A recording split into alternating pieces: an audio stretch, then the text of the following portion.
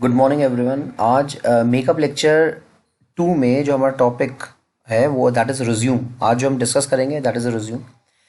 इस particular lecture में या इस मेकअप लेक्चर में आज जो हम डिस्कस करने वाले हैं वो है व्हाट इज़ रिज्यूम यानी रिज्यूम की definition, types of resume, resume के टाइप्स, कंपोनेंट्स ऑफ रिज्यूम यानी कि एक अच्छे रिज्यूम में क्या क्या चीज़ें होनी चाहिए, what are the components of a good resume, then there is essence of a good resume and the last is format of resume.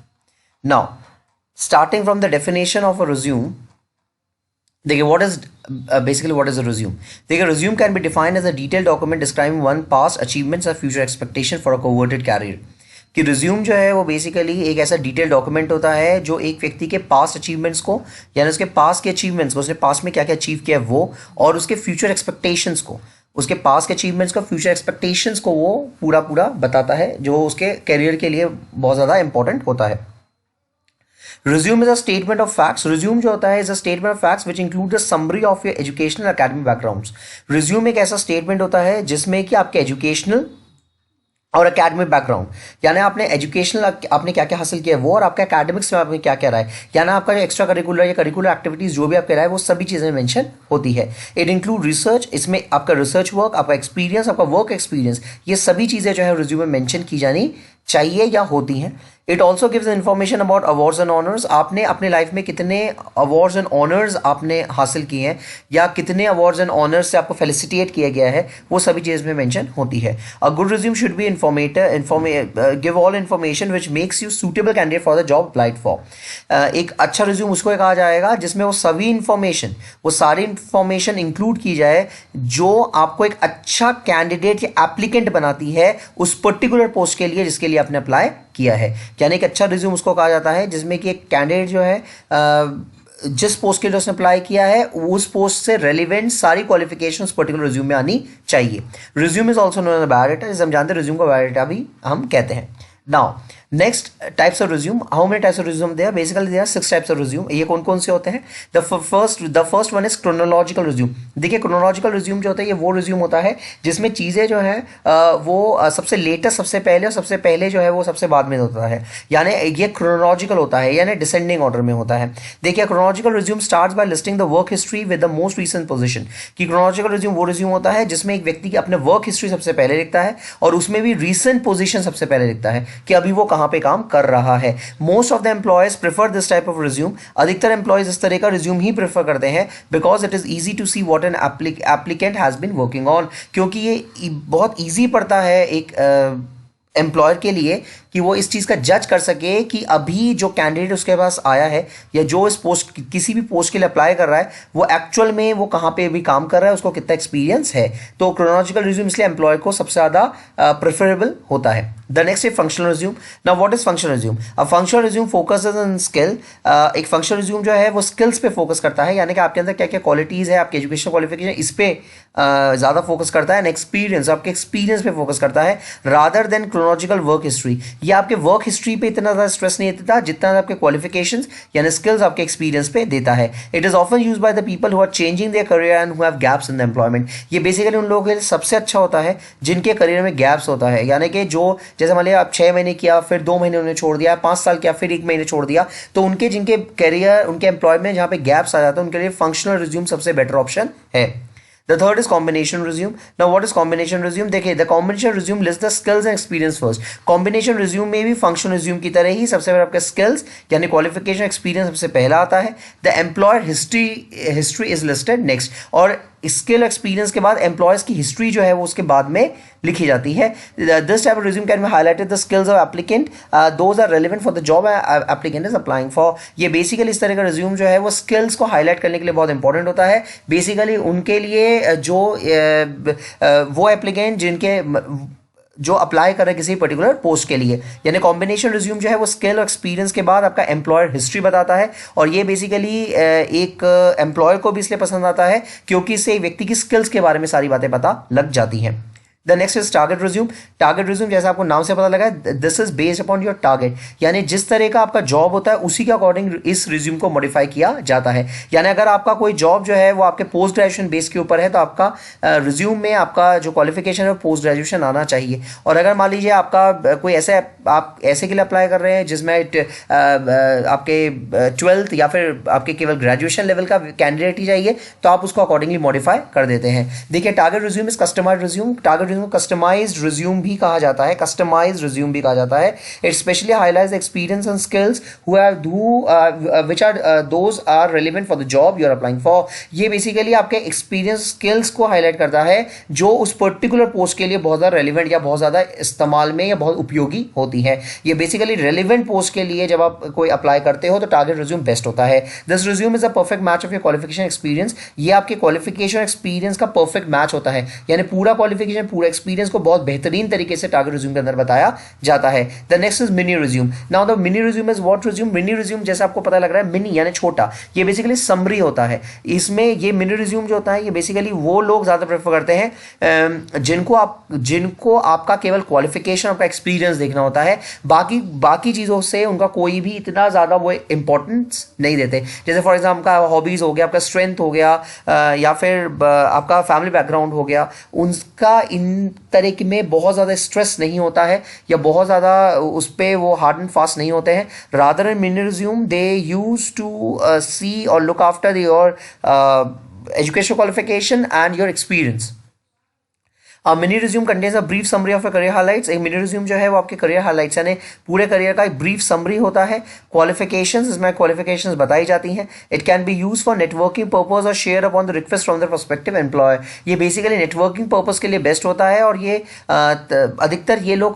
अधिकतर एम्प्लॉयर जब मांगता है इस तरह के रिज्यूम को, मिनी रिज्यूम को, तब इसको शेयर भी किया जाता है। And reference writer who wants to overview of accomplishment rather than the full length resume. ये बेसिकली वो लोग ज्यादा मांगते हैं जो आपके अकम्प्लिशमेंट्स को यानी आपके अचीवमेंट्स को देखना चाहते हैं, आपने अभी तक लाइफ में क्या क्या हासिल किया, केवल उससे वो लोग ज़्यादा ताल्लुक रखते हैं, उसको वो ज़्यादा प्रेफर करते हैं rather than your family background, rather than your strength, rather than your hobbies, rather than other things. तो ये मिनी रिज्यूम जो है ये उस तरह का रिज्यूम होता है जहाँ पे कि आपके क्वालिफिकेशन, आपके करियर हाईलाइट्स जो है बताए जाए। Then sixth one is non traditional resume. Non traditional resume basically देखिए जो ट्रेडिशनल रिज्यूम होता है वो है पेन पेपर वाला जो हम लिखते हैं और हैंड रिटन होता है, कुछ होता है हम भेजते हैं। और non traditional resume basically web based होता है। जैसे ये वेब बेस्ड होता है यानी कि आपने अपना रिज्यूम जो है वेब के थ्रू यहाँ से वहाँ जिसको सेंड करना है आपने भेज दिया उसको। देखिए non traditional resume is a web based version. Non traditional web based version होती है ऑफ योर रिज्यूम। दिस में include photos, graphic, images, graphs and other visuals. ये ऐसा रिज्यूम होता है जिसमें आपके फोटोज, आपके ग्राफिक्स, आपका इमेज, आपके ग्राफ्स या कोई भी दूसरा विजुअल जो है आराम से आप ऐड करके भेज सकते हो। वेब में सबसे ज्यादा इजी यही होता है कि आप जितना चाहो उतना लिख सकते हो और जितना चाहो उतना चीजें ऐड करके आप आगे भेज सकते हो। और जो पेन पेपर वाला जो होता है, जो हमारा ट्रेडिशनल रिज्यूम्स होता है, उसमें ये चीज पॉसिबल नहीं होती है। तो ये दिए। Now there are 6 kinds of resume: chronological resume, functional resume, combination resume, target resume, mini resume and non-traditional resume. Now moving to the next are the components of a good resume. Now what are the components of good resume? एक resume के अंदर क्या क्या चीजें होनी चाहिए? देखिए a resume should be a resume components can be described as under following headings. एक resume के components को हम under the following headings हम describe कर सकते हैं। सबसे पहला contact information। ये बहुत इंपॉर्टेंट होता है कि एक resume तभी आपका वैलिड होगा या माना जाएगा जब उसके अंदर contact information पूरी हो। A good resume must have a clear stated contact information. good resume उसको ही कहा जाएगा जिसमें contact information हो। Second objective, एक अच्छा resume उसको कहा जाएगा जिसमें कि ऑब्जेक्टिव्स दिए हुए हों। ऑब्जेक्टिव्स का मतलब होता है कि एक व्यक्ति कोई जॉब ज्वाइन करता है तो क्यों कर रहा है, तो ये ऑब्जेक्टिव जो है वो क्लियर होना चाहिए। While writing a resume one must be focus on his और her job search. Concise and clear statement of the position must be mention. Job title, job description must be mention. यानी कि अगर कोई व्यक्ति जो है कहीं और किसी पोस्ट के लिए अप्लाई कर रहा है तो जरूरी होता है कि रिज्यूम में उसका जॉब टाइटल, उसका जॉब डिस्क्रिप्शन, ये सब चीजें मेंशन होनी चाहिए, क्योंकि यही चीज बताएगा कि आपका बेसिकली ऑब्जेक्टिव जो है वो पर्टिकुलर जॉब को ज्वाइन करने का क्या है। द नेक्स्ट है एकेडमिक रिकॉर्ड। एकेडमिक रिकॉर्ड्स का मतलब होता है बेसिकली आपका एजुकेशनल बैकग्राउंड, आपका ग्रेड्स, आपका मार्क्स, आपके परसेंटाइल, ये सभी चीजें जो है वो एकेडमिक बैकग्राउंड के अंदर आती है। आपने कितने क्या क्या पढ़ा है और आपके उसके परसेंटेज क्या है, आपका कितना CGPA है या SGPA है या आपने क्या स्कोर अप किया है, वो सब चीज़ इसके अंदर आती है। देखिए, it should be give a complete information about the examination pass with percentage, या आपके जितने एग्जाम ने पास किए हैं उसके बारे में, आपके परसेंटेज ऑफ मार्क्स के बारे में बताना मतलब होना चाहिए। ग्रेड्स, नेम्स एंड इंस्टीट्यूशन, इसमें आपका ग्रेड्स, इंस्टीट्यूशन का नाम जहां से आपने पास किया है वो, बोर्ड का एंड ईयर ऑफ पासिंग, आपने किस बोर्ड से पास किया है और आपका ईयर ऑफ पासिंग क्या है। Academic record should be in reverse order, academic record भी हमेशा क्रोनोलॉजिकल ऑर्डर में ही होती है, यानी हमेशा रिवर्स ऑर्डर में ही होती है, जो सबसे लेटेस्ट क्वालिफिकेशन है सबसे ऊपर और सबसे पहला क्वालिफिकेशन जो है वो सबसे बाद में। The fourth school and institution, ये बहुत इंपॉर्टेंट है। स्कूल इंस्टीट्यूशन आपको नाम से पता लग रहा है कि इसमें आपके इस रिज्यूम के इस पर्टिकुलर पार्ट में आपने जिस स्कूल से यानी कि स्कूलिंग कहाँ कहाँ से हुई है उसका पूरा डिटेल मेंशन होना चाहिए, प्लस आपने मान लीजिए कोई ग्रेजुएशन पोस्ट ग्रेजुएशन अगर आपने किया है तो किस इंस्टीट्यूट से किया है वो भी मेंशन होना चाहिए। द नेक्स्ट स्किल्स, स्किल्स का मतलब होता है बेसिकली कि आपके अंदर वो क्या खूबी है, आपके अंदर वो क्या आपके मेरिट्स हैं, आपके अंदर वो क्या आपके अंदर आपकी यूएसपी जो है वो क्या है, जिससे कि एम्प्लॉयर को सबसे ज्यादा फायदा हो। एक एम्प्लॉयर जो होता है वो हमेशा स्किल्ड लेबर को ही हायर करना चाहता है, यानी कि उसको कुछ सिखाने की जरूरत नहीं पड़े बल्कि वो ऑलरेडी सब कुछ जानता हो। तो देखिए, in a good resume skill should be clearly mention, एक अच्छा रिज्यूम उसको कहा जाएगा जिसमें आपके स्किल्स जो है वो क्लियरली मेंशनड हो, as it helps the employer to access the background, क्योंकि एक एम्प्लॉयर को यानी कि एक मालिक को या एम्प्लॉयर को ये मदद करता है कि वो आपके बैकग्राउंड को एक्सेस कर सके, यानी आपके बैकग्राउंड को समझ सके, कॉम्पिटेंस आपके महारत को समझ सके कि आपके अंदर जो इतनी स्किल्स है उसके सबसे ज्यादा सटीक स्किल्स है, सबसे अच्छी स्किल्स किसमें आपने डेवलप की है according to the profile.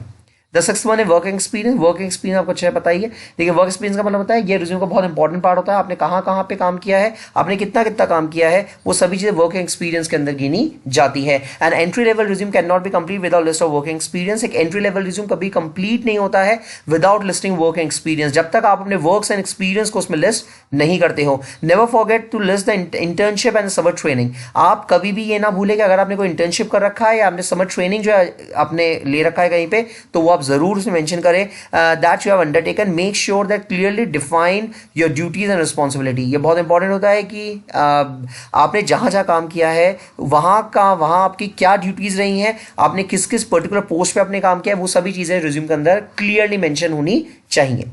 The next extra curricular activities, एक एक्स्ट्रा करिकुलर एक्टिविटीज का मतलब होता है कि आपने स्कूल टाइम में कितने एक्स्ट्रा करिकुलर एक्टिविटीज किया, आपने डिबेट किया है, अपने सेमिनार में कहीं पे पार्टिसिपेट किया है, आपने किसी टेक फेस्ट में काम में लिया है, आपने कहाँ कहाँ पे अपने काम किया हुआ है, किन किन चीज़ों पे आपने पार्टिसिपेट किया हुआ है, वो चीज़ एक्स्ट्रा करिकुलर एक्टिविटीज़ के अंदर या इस पर्टिकुलर कॉलम के अंदर मेंशन की जाती हैं। An essential part of resume is an extra curricular activities, एक रिज्यूम का एक एसेंशियल पार्ट है extra curricular activities in which a candidate participate during the course of studies. इस हम अच्छे जानते हैं कि जब एक बच्चा पढ़ता है या कोई स्टूडेंट या कोई कैंडिडेट अगर पढ़ता है तो अपने पढ़ाई के दौरान या अपने स्कूलिंग के दौरान से क्या क्या चीज़ अचीव की है वो सब एक्स्ट्रा करिकुलर एक्टिविटीज़ के अंदर नोट डाउन होती है। This information include participation in debates, इस इंफॉर्मेशन में आपके डिबेट, आपके सेमिनार, आपके स्पोर्ट्स एक्टिविटीज, ये सभी चीजें जो है इस आपने ये अगर कर रखा है तो ये सभी चीजें एक्स्ट्रा करिकुलर एक्टिविटीज के अंदर मेंशन होनी चाहिए या होती हैं।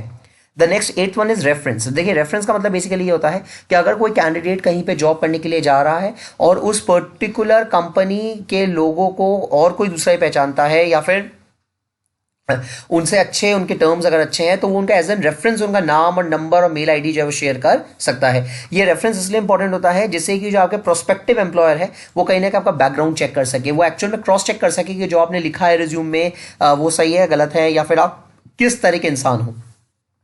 देखिए, candidates are required to mention the name, designation, address, telephone number and email addresses of 2 person. ये बहुत इंपॉर्टेंट होता है कि ये कैंडिडेट जो है वो name, designation, address, telephone number, email address जो है वो किन्हीं 2 व्यक्तियों का लिख के दे जिनको वो जानते हैं, who refer to be prospective employer for verification, जिससे कि वो वेरिफिकेशन कर सके, जिससे वो वेरीफाई कर सके कि आपने जो भी चीज़ें लिखी है वो सही है या गलत है, and other detail about the candidate. The next is awards and honours. Honours and awards का मतलब होता है कि आपने अपनी लाइफ में जो जो अवार्ड्स एंड ऑनर्स अभी तक आपने अचीव किया है वो ऐसे मेंशन होनी बहुत इंपॉर्टेंट है। Honours and awards should be mention in descriptive way so that it can describe candidates achievement. Honours and awards जो है वो इतना ज़्यादा डिटेल में होना चाहिए कि एक व्यक्ति के, एक कैंडिडेट के अचीवमेंट्स उसमें सबसे ज़्यादा हाईलाइट हो, क्योंकि पूरे रिज्यूम में आपके अचीवमेंट्स, आपके ऑनर्स, आपके अवार्ड्स जो है वो बहुत ज़्यादा वेटेज जो है वो रखते हैं। तो इस तरह से आपके पास there are 9 points: contact information, objective, academic record, school institution, then skills, work and experience, extracurricular activities, reference, honors and awards. Now moving to the next is the essence of a good resume, यानी एक अच्छे resume के अंदर क्या क्या चीजें होनी चाहिए. देखिए, good resume must have a clarity of expression. एक अच्छा रिज्यूम उसको कहेंगे जिसमें क्लैरिटी ऑफ एक्सप्रेशन हो, यानी कि इंसान जो है जो लिखता है रिज्यूम को, जब लिखता है तो उसके लैंग्वेज, उसका सेंटेंस फ्रेमिंग, वो सब कुछ बहुत ही बेहतरीन हो, सामने वाले उसको पढ़ के समझ पाए, वो इंप्रेसिव होना चाहिए. The information contained in resume should be organized logically and it should be completed in all respect. ये बहुत इंपॉर्टेंट होता है कि जो रिज्यूम में जो कंटेंट पार्ट होता है वो बिल्कुल लॉजिकली ऑर्गेनाइज्ड हो, यानी कि जो चीज़ें जैसी हुई हैं वो बिल्कुल लॉजिकली वैसे ऑर्गेनाइज्ड हो और वो कंप्लीट इन ऑल रेस्पेक्ट हो, और वो पूरी तरह से कंप्लीट हो. द सेकंड है resume must supply the complete and relevant information about the candidate. एक रिज्यूम जो है वो कहीं ना कहीं कंप्लीट और रेलिवेंट इन्फॉर्मेशन देने वाला होना चाहिए, यानी आपने आपकी जो अचीवमेंट्स हैं या फिर उस पर्टिकुलर पोस्ट के लिए जो आपकी अंदर जो आपकी जो कैलिबर है वो, या आपकी जो पोटेंशियलिटी है वो, या आपका जो एक्सपीरियंस है वो उसमें शो होना चाहिए. द थर्ड वन है candidate should not mix font and style and fonts in the resume. ये बहुत इंपॉर्टेंट होता है कि जब एक व्यक्ति रिज्यूम बनाता है तो वो ऐसा ना करे कि रिज्यूम बनाते बनाते उसका फॉन्ट या उसके स्टाइल ऑफ राइटिंग को मिक्स मैच कर दे. पूरे रिज्यूम में एक ही तरह का फॉन्ट होना चाहिए, एक ही तरह की स्पेसिंग होनी चाहिए, एक ही तरह का जो है आपका जो लिखने का जो आपका तरीका है वो भी एक ही तरह का होना चाहिए, यानी बहुत ज़्यादा मिक्स एंड मैच या डाइवर्सिफाई जो है वो ना हो. So these three are the essence of a good resume, यानी कि रिज्यूम के अंदर क्या क्या चीजें होनी चाहिए. Now moving to the next is the last is the format of a resume, कि एक रिज्यूम का फॉर्मेट जो है वो क्या होता है. तो ये आप ध्यान रखिएगा कि रिज्यूम जब बनाएंगे तो पहली बात है कि जब पूरा बना लेंगे रिज्यूम तो उसको ब्रैकेट में बंद कर दीजिएगा. यहाँ पे मैंने एक एग्जाम्पलरी बनाया है रिज्यूम का. तो देखिए, फॉर्मेट ऑफ रिज्यूम में क्या होता है, सबसे पहले आपको बिल्कुल पीछे भी रिज्यूम में जो है वो लिखना है. उसके बाद यहाँ पे फोटो के लिए आपको एक ब्लॉक बनाना है, बॉक्स बना देना है, और देखिए फिर आपके पास स्पेस छोड़ के ही या इस तरफ से लेफ्ट हैंड साइड से सबसे पहले नेम आएगा, आप कंप्लीट नेम लिखेंगे. फादर्स नेम, आपका फादर्स नेम कंप्लीट होगा. Mother's name, complete mother's name आपका आ जाएगा.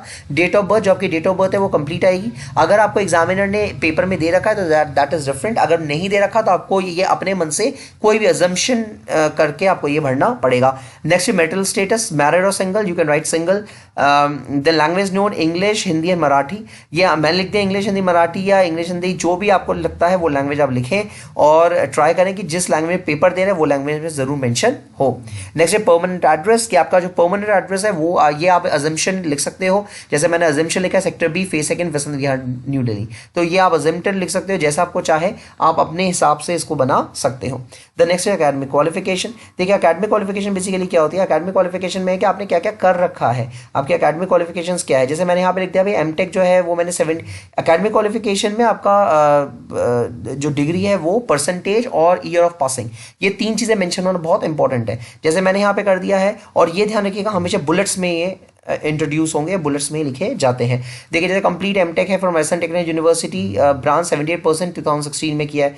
इस तरह से मैंने बीटेक जो है फॉर एग्जाम्पल 2014 में किया है 75%. उसका सीनियर हाई सेकेंडरी स्कूल यानी 12th मैंने साइंस स्ट्रीम से किया 82% 2010 में, and completed my high school 89%. और मैंने अपना हाई स्कूल जो है वो मैंने पास किया है 89% इन 2008. तो इस तरह से क्रोनोलॉजिकल ऑर्डर में आपको एकेडमिक क्वालिफिकेशन जो है वो भी लिखनी है. देखिए, जैसे मैंने पहले 2016 लिखा, 2016 के बाद 2014 लिखा, 2014 के बाद मैंने 2010 लिखा, और 2010 के बाद मैंने यहाँ पे 2008 लिखा, यानी चीज़ें क्रोनोलॉजिकल ऑर्डर में होनी चाहिए. Now moving to the next is the technical qualification. देखिए, टेक्निकल क्वालिफिकेशन कुड बी कुछ मतलब इट कुड बी एनीथिंग, ये आपके ऊपर डिपेंड करता है आप किस तरह से लिखें. यहाँ पे मैंने एग्जाम्पल यहाँ पे लिख दिया है, जैसे बुलेट बना के मैंने लैंग्वेज कर दिया सी, सी प्लस प्लस, जावा, एंड्रॉइड, HTML, ये लैंग्वेज है. इसे OS विंडोज 7 लाइनक्स, ये OS ऑपरेटिंग सिस्टम, यानी ये चीज़ें टेक्निकल क्वालिफिकेशन ये मुझको आता है. द नेक्स्ट है एक्स्ट्रा करिकुलर एक्टिविटीज. आपने अभी तक अपने लाइफ में जो एक्स्ट्रा करिकुलर एक्टिविटीज जो आपने की है वो सारी की सारी चीज़ें अभी तक यहाँ पे मेंशन होती है. ये बुलेट से मेंशन करना है. जैसे ये मैंने एग्जाम्पल यहाँ पे मेंशन करते हैं, जैसे ज्वाइंट सेमिनार लाइक ICCS और माइक्रोसॉफ्ट. मैंने सेमिनार ज्वाइन किया था ICCS और माइक्रोसॉफ्ट का. दूसरा मैंने कर दिया participate in many paper presentations, की मैंने बहुत सारे पेपर प्रेजेंटेशंस में पार्टिसिपेट किया है. आप चाहे इसको और ज़्यादा खोल के या और भी ज़्यादा इसको एलैबोरेट करके लिख सकते हैं. The fourth is successfully coordinate college annual fest, कि मैंने कॉलेज के एनुअल फेस्ट को बहुत सक्सेसफुली कोऑर्डिनेट किया है, यानी कि जो कोऑर्डिनेट करना था वो मैंने सक्सेसफुली किया है. तो extra curricular activity could be anything, ये आपको डिपेंड करता है कि आप उसको कैसे एनालिस्ट करना चाहेंगे. The next is your hobbies. ये बहुत इंपॉर्टेंट था. हॉबीज में जैसे मैंने यहाँ पे इंटरनेट सर्फिंग, पेंसिल स्केचिंग, मैंने 2 लिख दिया है. अगर आप चाहें तो फुटबॉल हो गया, क्रिकेट हो गया, वॉलीबॉल हो गया, या फिर टेबल टेनिस हो गया, या फिर इधर ताश यानी प्लेइंग कार्ड्स हो गया। तो आप हॉबीज़ में कुछ भी लिख सकते हैं। आप इसमें स्पोर्ट्स के बारे में किसी भी तरह का लिख सकते हैं। हॉबीज़ के बाद लास्ट में डिक्लेरेशन आता है। डिक्लेरेशन में ये लाइंस बेसिकली 99% बिल्कुल सेम रहेंगी, आपको उसे मॉडिफाई करने की आवश्यकता ज़्यादा नहीं होती है। आई हेयर बाय डिक्लेयर दैट, मैं डिक्लेयर करता हूँ that all the above information is true and best of my knowledge and believe, कि जो भी मैंने लिखा है वो बिल्कुल ट्रू है, बेस्ट ऑफ माई नॉलेज है। ये डिक्लेरेशन के बाद प्लस डेट, प्लेस और यहाँ पे आपका नेम एंड डेजिग्नेशन आ जाएगा। और जब आप बना लोगे तो इसको पूरे के पूरे को रिज्यूम को आप एक बॉक्स में बंद कर दोगे। तो ये आपके पास रिज्यूम है। और रिज्यूम के ऊपर जो है बाकी मैंने सारी आपका जो थियोरेटिकल जो आपका डिटेल है वो मैंने ऊपर मेंशन कर दिया है। And I hope now this will going to solve your purpose. Thank you.